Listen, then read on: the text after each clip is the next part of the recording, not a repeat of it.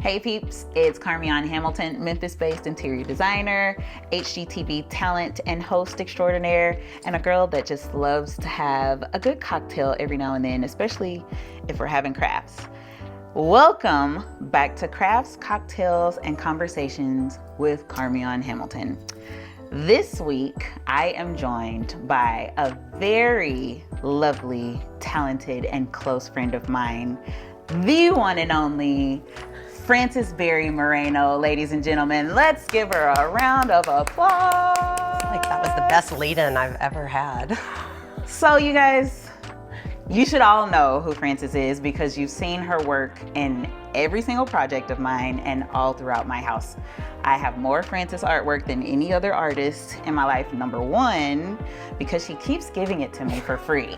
So I love her, love her, love her. But welcome, Frances. Well, thank you for having me. I love having you. You guys may recognize her from episode 2 of Reno, My Rentals. She was my guest, and secret, I had to pretend I didn't know her for real. But in all fairness, you did not pick me. I did not. No, there was no collusion in that. Nothing to do with the selection process. None. She and her incredibly handsome husband. Incredibly handsome He is so husband. good looking. Hi, Paul. He's How are so you? They got selected all their own. But your kitchen It's still amazing. is probably my favorite project from that show. Like, I knew exactly what I wanted their kitchen to look like before we touched a single thing. I was like, teal cabinets, white backsplash, white countertops, black and white floor. Like, I saw it. And then you hit me with that whole make some artwork, and you gave me the most minor notes. And because I never tell you what to do. never. And it really the trust. Never tell what to do. And that's what you need to do with your artist friends, people. Truly, trust them. Trust them. You either trust them or you don't. And if you don't, move on. Move along. Find along. someone that you do. We are here to make some fun things, but we gotta start with a cocktail. I picked this cocktail because every time I enter Frances' studio, she hands me one of these, a canned version that's really good. I don't remember what it is, but we are making Mexican mules. But of course, these have to have a much more festive name. So let's call it a Feliz Navidad.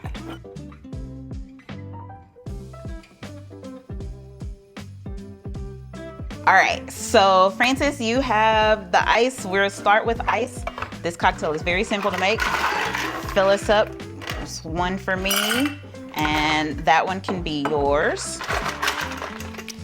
And we are going to start with 2 ounces of tequila. Dangerous.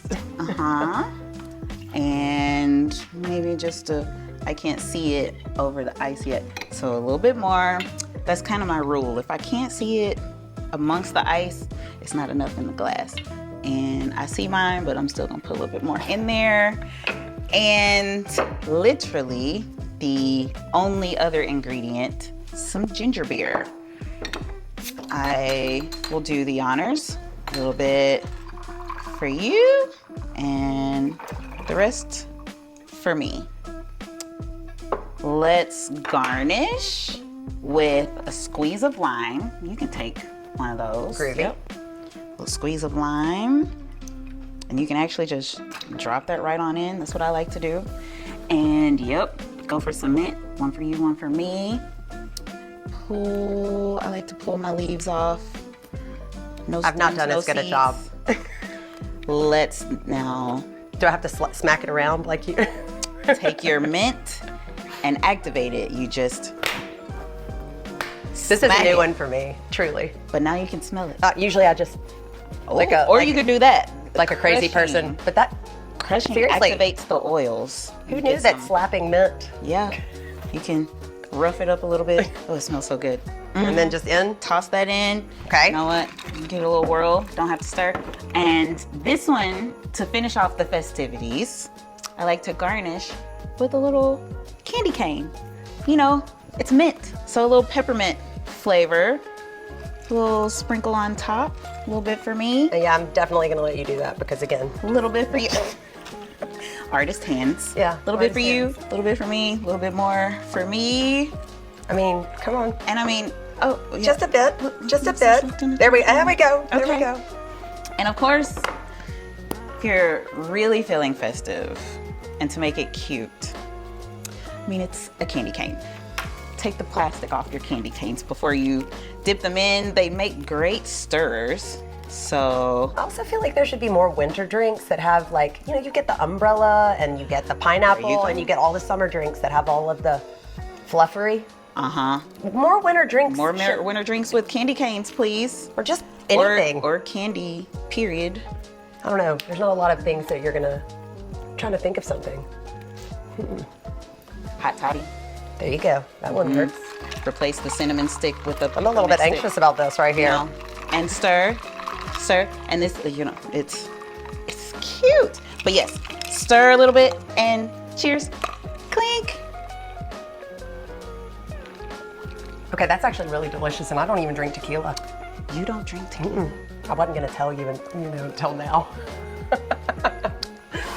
But now I do, apparently, because this is delicious. See? It is seriously. See, I don't do vodka. Of course, just add that to our list of ways that we are different. Ebony and ivory. Why does that always? That's always the same. No idea. But that, ladies and gentlemen, It's a really delicious cocktail. Feliz Navidad. So now that we have our cocktails, let's decorate some nutcrackers. So I want you guys to know, I've been to Frances's house. These guys are up like year round. So I knew for this series, she had to come and craft some nutcrackers with me. So, Frances, as I ask you some very daunting questions, It's a scary. we're gonna make some nutcrackers very pretty. So you guys, our supplies for today, any craft store, raw nutcrackers, just raw. They come naked. You want naked nutcrackers, okay? And you can decorate them with just about anything. Your house paint, spray paint, acrylic paint, metallic paint, it doesn't matter. And then, you know, accentuating all these little details with pretty much anything holiday related that you can find. Or it doesn't even have to be holiday related. These don't say Christmas. I love but a pom-pom. I just love a pom-pom. they are absolutely fun. So whatever your heart desires, ribbon, tulle, fur, whatever you want, go for it. Today, we're working with a little bit of everything and probably anything else that I find around the house that Frances wants to use, because everything's up for grabs. Excited. So let's get to painting. So you have everything you want here. There's paint, we got brushes, we got Sharpies, spray paint. Hot glue Go gun. for it. Hot glue. And watch out for hot glue guns. Hot glue. Do not want to lose fingertips. I want to show my handy dandy handy dandy electrical outlets. One day, Carmeon, I'm going to have things like this. I aspire. This is my office, and my office had to be equipped with all the things we needed. So hot glue is now ready to go.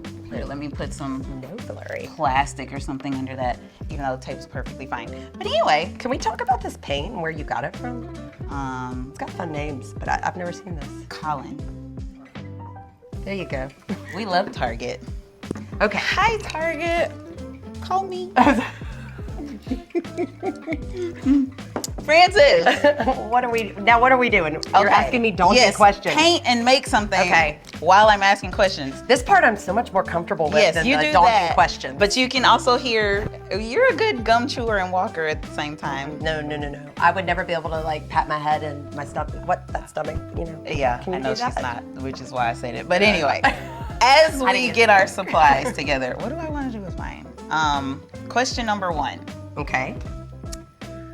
What was your first cocktail or first drink, and how old were you? Oh no, you can't ask that. I'm from Uh-huh. Mississippi. The I statute of feel like limitations is up. it's too embarrassing. I'm pretty sure I drank a hot beer when I was like 13 years old. I think beer is probably a common response, but a hot beer? A hot one. And I was like way too young, like way too young. Hot beer? I mean, it was the 90s. Let's be honest here. I can barely do a cold one. I will say the first drink I ever, like the first like grown-up cocktail that I actually liked was a gin and tonic. And I don't drink gin anymore, mainly because I first started drinking with gin. And as everyone knows, you tend to shy away from the thing you started with. That is a common thing that I am noticing in this series. I mean, but I didn't stray far because I drink vodka tonics mostly now. So I just can't handle gin. It tastes too much like a. It's got too much. I don't know. Juniper. That one. Mm-hmm. That one. It's got too many plants in it. It's got so much tree. It's a little Christmas tree, which is of the season. But I don't really care for gin either.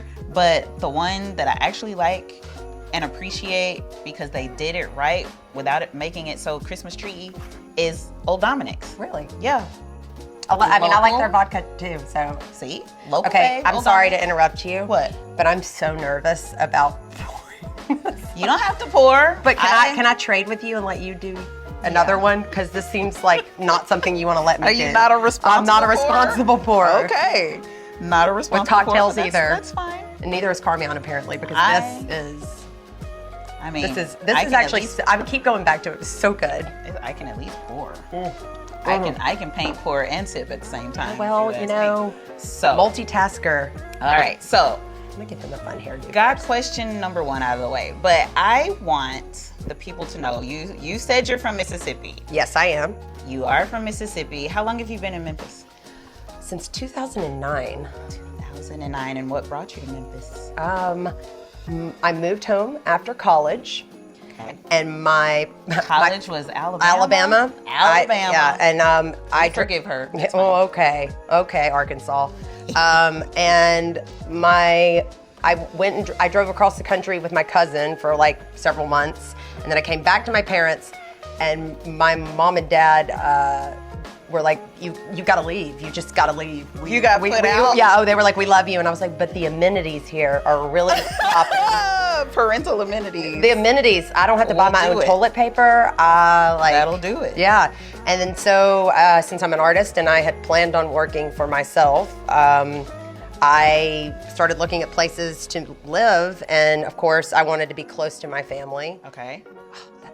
I really just love the top of this. I mean, you did that in 2 seconds. Go ahead. So, walking and chewing. Mom though was like, okay, well, what about Atlanta? So I gave Atlanta like a look-see. Thought it was kind of great. Didn't know anybody there though. Okay. So I just was like, And then my grandmother, who lived here at the time, she was like, come and see Memphis. And I was like, I am not moving to Memphis. My mom grew up in West Memphis. And shout out to West Memphis. and she, my grandmother was like, come here, it's cool, there's cool stuff happening.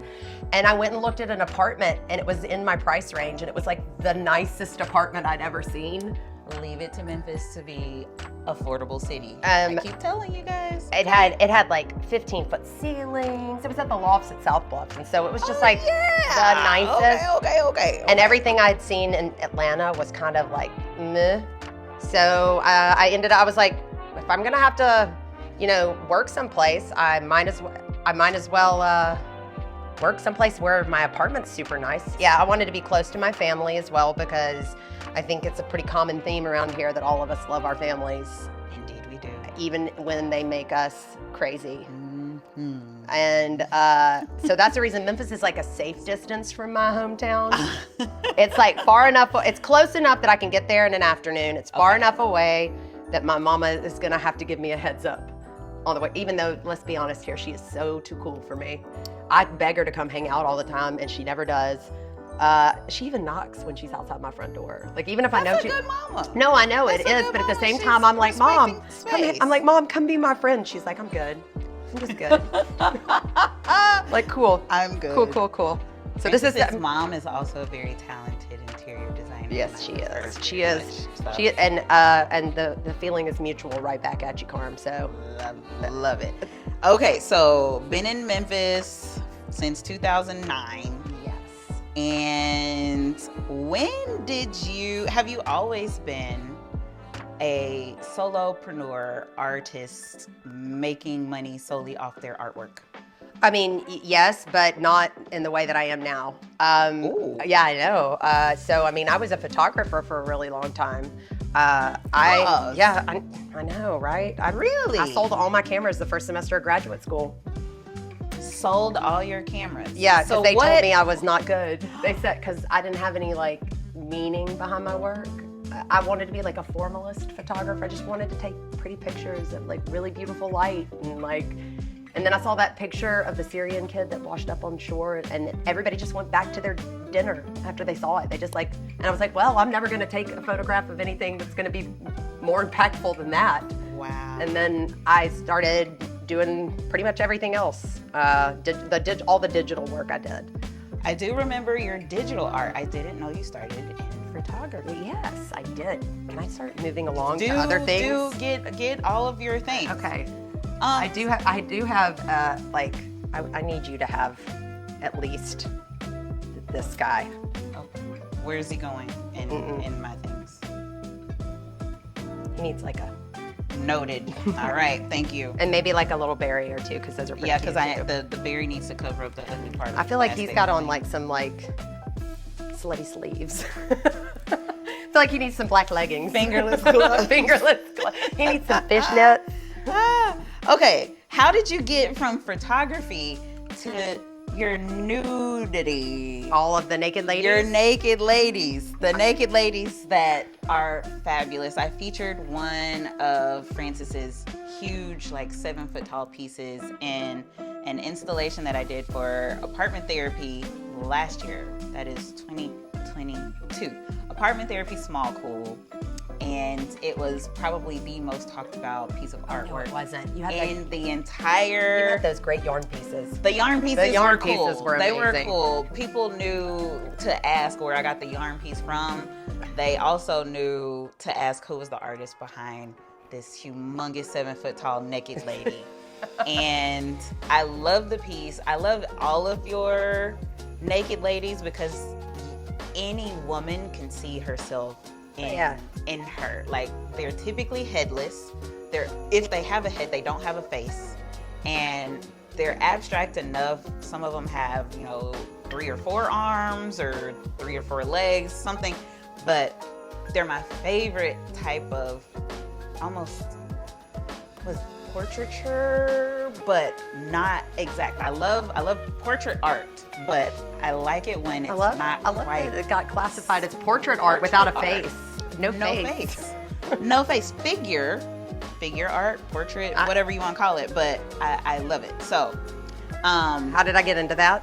Yes. How did you get there? How'd you get from behind the camera to naked ladies? Oh, that was a lot of leaps and bounds. But you saw the digital work, and I actually there for a second was like kind of like becoming a thing in the actual art world, like the real art world, like with your digital work. With my digital work, like the Guardian wrote a thing about me. All these people writing all these stuff about me, and it made me so uncomfortable. Yeah, because when I met you, one of the first articles I saw was that Vogue or Elle or something? I did some album art for a musician, and it ended up in Vogue or whatever. And I didn't mean that like or whatever, but it was there. And I don't know. If you can't tell, I'm extremely uncomfortable. It's just a human being in general, which I think a lot of artists are. I just happen to mask mine with nervous talking. But I just didn't feel comfortable in that world. And one of my, whether or not I knew it at the time, one of my big goals was to kind of re-democratize artwork. And I wanted to make something that like everyone could live with and be around and live through. And I could give as gifts constantly. Make art attainable. Yeah, and to make people, like, there's nothing worse in this world than walking into an art gallery, even as a talented artist, walking into an art gallery and feeling like an outsider is just that there's like an air of arrogance. There is an air of, do you belong here? And that is absolutely one of the things I'm trying to break down in all the conversations that I have around art, because art should be accessible. Why not? And you should be able to live with it. Accessible. You should be able to live with it. You should feel like So my mom has this big thing about never own anything that you can't afford to replace. I feel that. Yeah, and never Yes. loan anything that you expect to get back.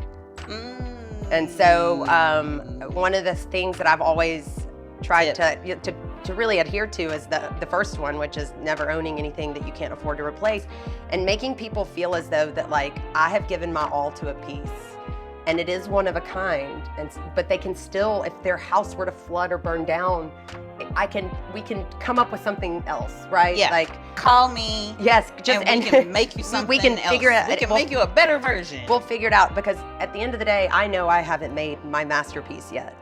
So Wait. Do tell. What do you mean? Is that a that's more for motivation for me than anything else. That's all it is. Don't feel you've made your masterpiece No, yet. because then So what would be the point in continuing on? well, to make another masterpiece. I mean, who says that I get more than one? For all I know, I might have already served the purpose I am supposed to serve on this earth. Because I will tell you what I own of Frances Berry. I have a couple masterpieces. I will say that, but the work I make for you, as a rule, it's a lot like any work that I've told many people this. The best work I ever make is the work I make for gifts.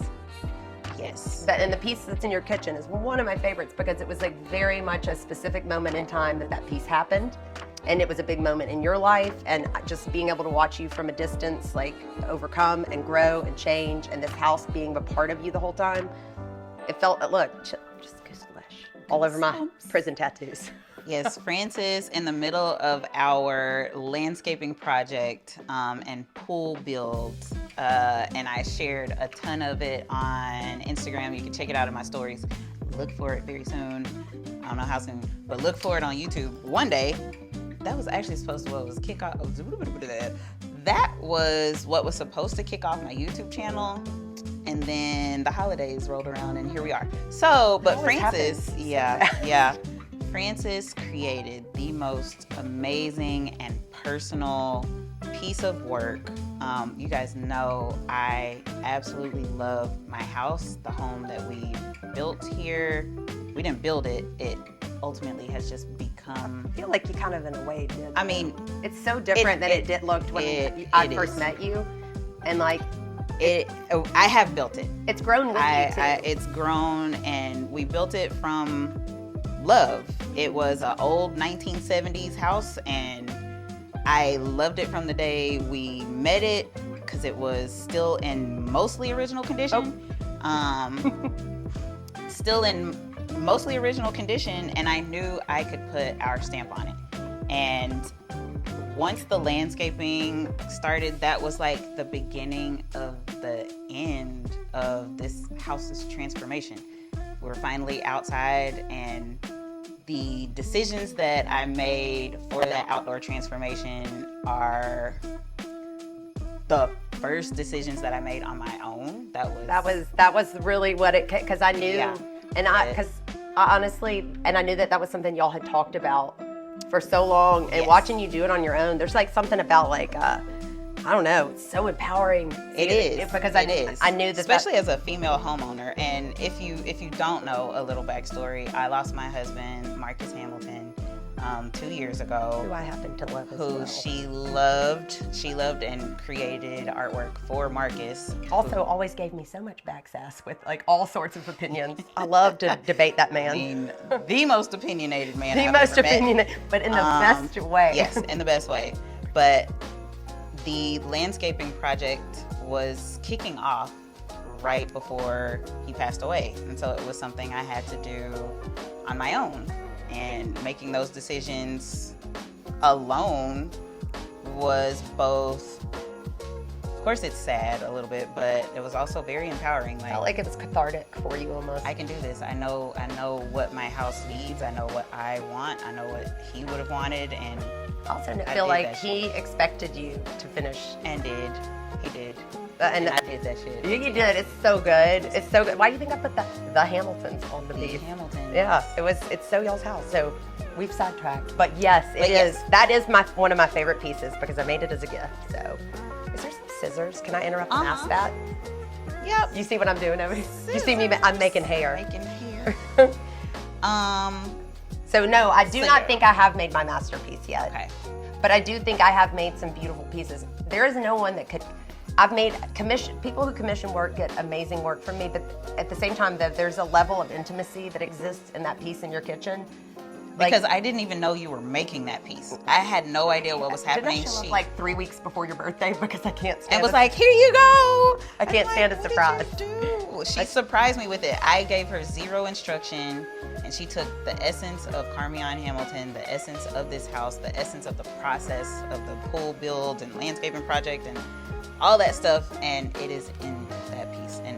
But I also feel like meeting you at that particular juncture in your life, because you were still working at Stash. Yep. You had yet to like venture out on your own. Correct. And like all of it all is captured in that. Okay, I see what's happening, and I'm loving it. He got some fancy black legs too. Mm-hmm. You're just leaving him naked bodied in the center. You know, I don't know if he's gonna be naked. I think he might. I kind of like it. You know, I feel like they kind of match though. They're kind of working together. See, they're a family. I also love the fact, I wish there was is there a Zoom feature that we can like acknowledge Carmeon's paint job versus my raggedy ass one? I'm quite meticulous about things. Meanwhile, there's me. Just I over also here. didn't know, I don't know what I'm doing, so I feel like I need to stop it at a line. So let me be careful around the line part. Do you feel like you painted that Nutcracker like you paint a room? I mean, I am an artist. Oh, Colin, you're so sneaky. He put those down like hours ago and I had no clue. Okay. Okay, so hold on, I don't want to black paint. Go. Okay. I'll slide here. Okay. Now, you don't feel like you've created your masterpiece, but you have mastered the art of selling artwork. I figured that one. You have mastered selling art. So what I have loved watching you is, one, your social media presence and how you've utilized, and social media is like your number one tool for selling your artwork. Like, this is someone that has decided, okay, I need to sell this shit, and I don't want to give my money to anybody else.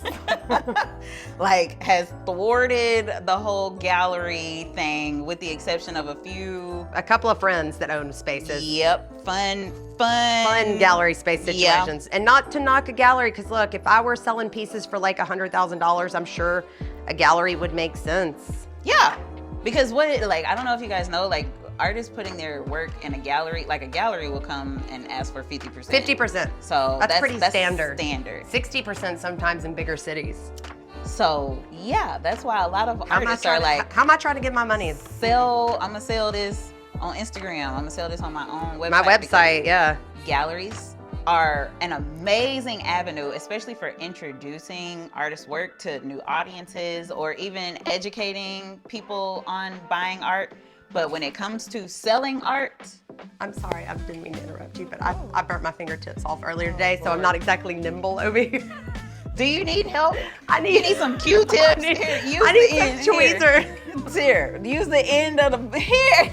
Look how raggedy he was. Use the brush. Okay, we're having to rethink this because use what you got. I'm sorry, I didn't mean to interrupt you. I'm just gonna put his pile of hair right here. Mm-hmm. You can utilize it if you want to. I have zero nimbleness at the moment.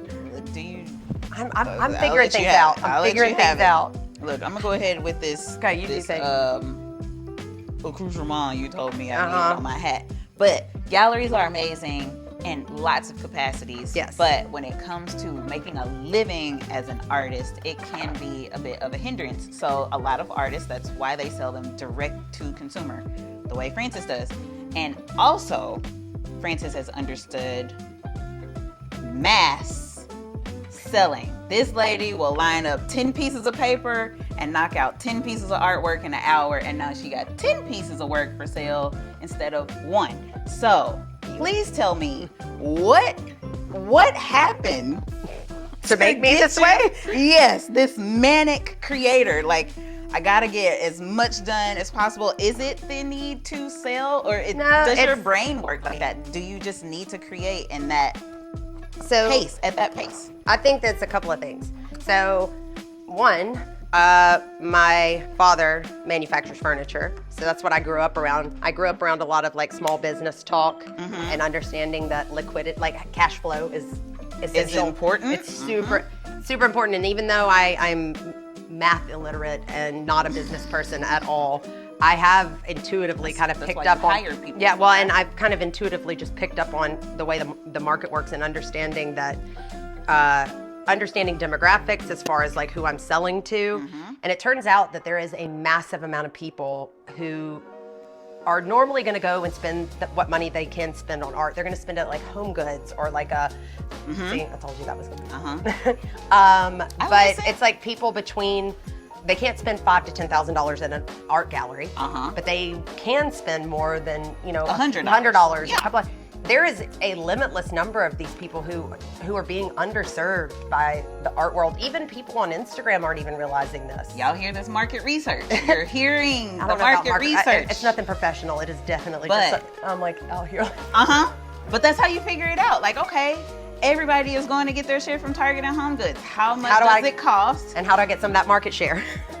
Let me give you something original for just a little bit more. And a lot cooler, and now it's unique to you. Now you're getting something that everybody can't go buy at Home Goods or Target. I really do try to, every piece I make, I don't ever want to just make something in a hollow way and then expect people to passionately love it. I really genuinely like as much time as I can spend on things I like to, but I mean, on an average week,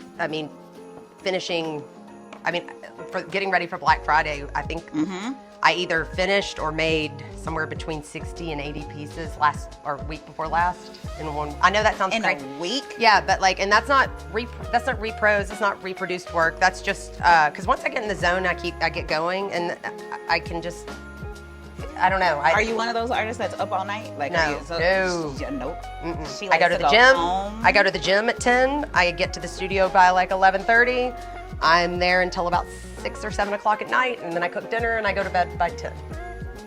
Just using your time efficiently. Art is life, but not your whole life. Yeah, I mean, that was another momism, was that don't let what you do be who you are.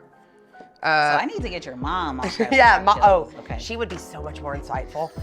She is like, I feel like I'm the shitty live, laugh, love version of my mother's Socrates. Like, that's really what it is. She's a very beautiful mind. Me not being nimble has really screwed this up, because now he has a hairpiece, but we're gonna fix this. It is definitely giving toupee. We're gonna fix it. Look, we're gonna fix this with. Okay, give him a little. We're gonna give him a hairline, a proper one. Now I'm liking the clean version of my guy. I like the simplicity. Oh yeah. But I think I'm gonna use your hair. I'm gonna give him some locks. Okay, I gotta make them black. Please, because that's what I felt like I was going for, and it felt there for a second with me, but they weren't pretty though, and I couldn't do that. I couldn't Don't do worry that. about it. I got you. Thank you. I got you. You do have like, piano player hands, surgeon hands. You can surely glue. I can glue some yarn without losing your fingertips. Yeah, I can do that. So. Perfected. Well, is that a bit better? He's got a little bit better. He's got. I'm gonna give him some. Look, he's getting some eyebrows. Look, that also is helping. Because as a ginger, I can tell you, we all need eyebrows. Yeah, yours are good though. I colored them in today specifically for this. I thought that you did a good job coloring. I thought specifically I should maybe have eyebrows to be on TV. Probably give my See, look, my he's guy got a thing going. Oh he's yeah, looking a little bit better. I'm liking it. He's a little messy. But it's all good. Okay, so he's got to get some eyeballs, proper eyeballs. Now, what has kept you as an artist that sold art probably all over the world? What has kept you in Memphis? I love it here. I can't seem to shake it. I love it. Got a hold on. Yeah, and I mean, the same reason that I'm sure that you're here, it's because eventually somebody has to stay. Thank you. Oh my goodness. Eventually somebody has to decide that they're not just going to run away to LA or New York or Chicago or wherever. Say it again. And not just that, but like, let's go talk about a friend of mine told me years ago. She said, Frances, why would you leave Memphis and go to some place where you would be lucky if they let you be a part of the scene? Damn. She said, you could stay in Memphis and be top dog. And invent the whole scene, right? Like you get to create the scene. Mm-hmm. And not that I by any means think that I'm doing that, but I do think that this city just, we were talking about it before we even started filming, that this city just has so much love. So much. For the handful of creatives that are here doing stuff. The people that decide to stay, Memphis shows up for them. Well, I think it's because they all know that we could leave. That part. And we that got shit to give. Good job. I like the eyelashes. Good job. I like it. Good game. Look, I got Milli Vanilli going. Bam. Look, the hair is doing it for me. Done. I know, right? The hair is doing it for me. See? You see. Let me swing it. Like, he's got to get, I feel like, my God. Do we need to leave the hair in the back? Oh, no. I'm sorry. I got this in your paint, and I apologize for that. Oh, it's fine. Like, do we need to? I'm gonna give him a whole ass headdress. Give it some. He's getting a whole headdress. Question, Frances. Answers. Carmeon. What's it like being married? I had the privilege of going to Frances's wedding, and it was a beautiful wedding. It was a COVID wedding. It was a COVID wedding. Which made everybody anxious, but we had no COVID-related incidents, none. Nope, didn't hear about Protocols it. were followed. COVID, nothing. But upon meeting you, you were in a very long-term relationship when I met you. Mm-hmm. You got paint on your face. How you do that? Just leave it. Just move on. Just leave it. Just act natural. Just act natural. I mean, it looks like mascara, but it's fine. I don't know. I quit. I love it. I'm just gonna keep. Okay, so yes, I was in a long-term relationship when I met you. You were in a long-term relationship when I met you. With somebody who's still somebody else. Still a good friend. Still a good friend.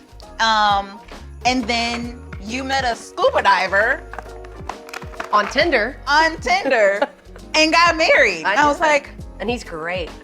He's so handsome. He's just the sweetest too. He really is. He is very opposite of Frances. He's like a golden retriever.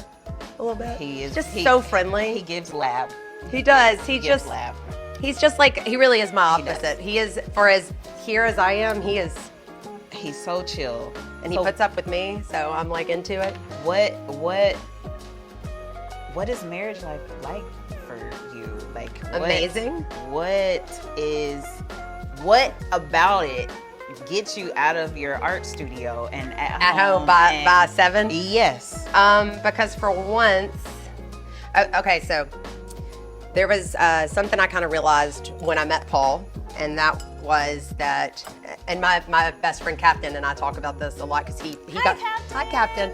He got married. Actually, him and his fiance got engaged in my kitchen. They got married right after Paul and I did, and I'm actually their baby's godmother. Yes. And she's so precious. She's so cute. But Captain and I were talking about this, is that the second that we decided to have people in our lives, we understood to some extent we'd be sacrificing some part of ourselves as an artist.